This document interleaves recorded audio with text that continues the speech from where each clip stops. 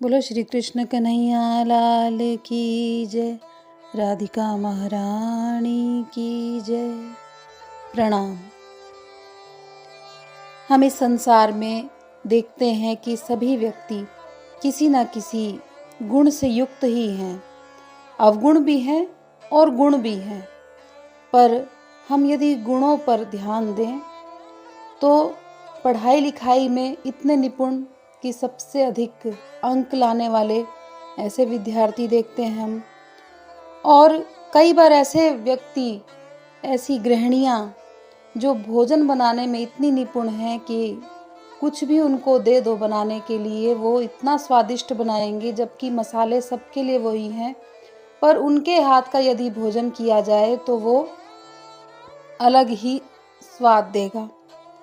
और कुछ इस गुण से भी युक्त होते हैं कि घर की साज सजावट, चाहे सामान कम हो पर साज सज्जा इतने प्रवीण होते हैं साज सज्जा करने में, सजावट करने में, कि घर को देखो तो देखते ही रह जाओ।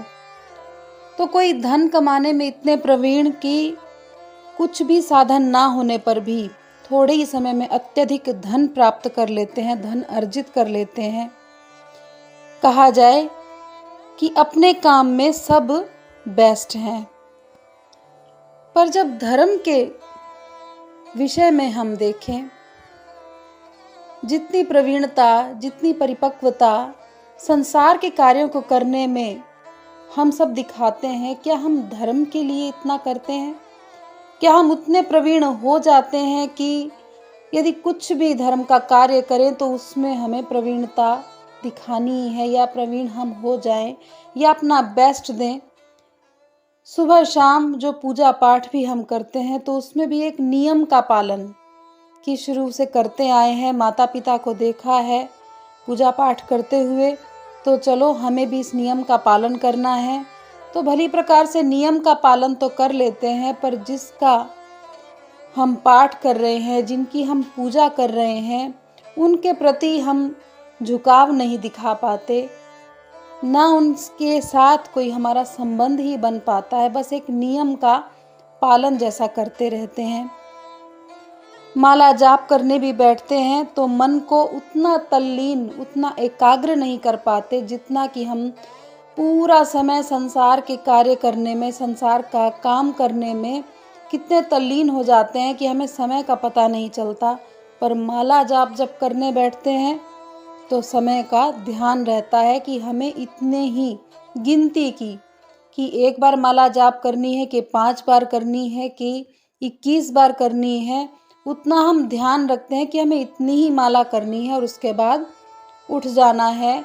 ध्यान रखते हैं समय का, पर संसार के कार्य में कितना भी समय लगे उसमें हमें कोई भी कठिनाई नहीं होती, उससे तो हम करते ही जाते हैं और हर दिन हर रात कार्य तो करते ही रहते हैं।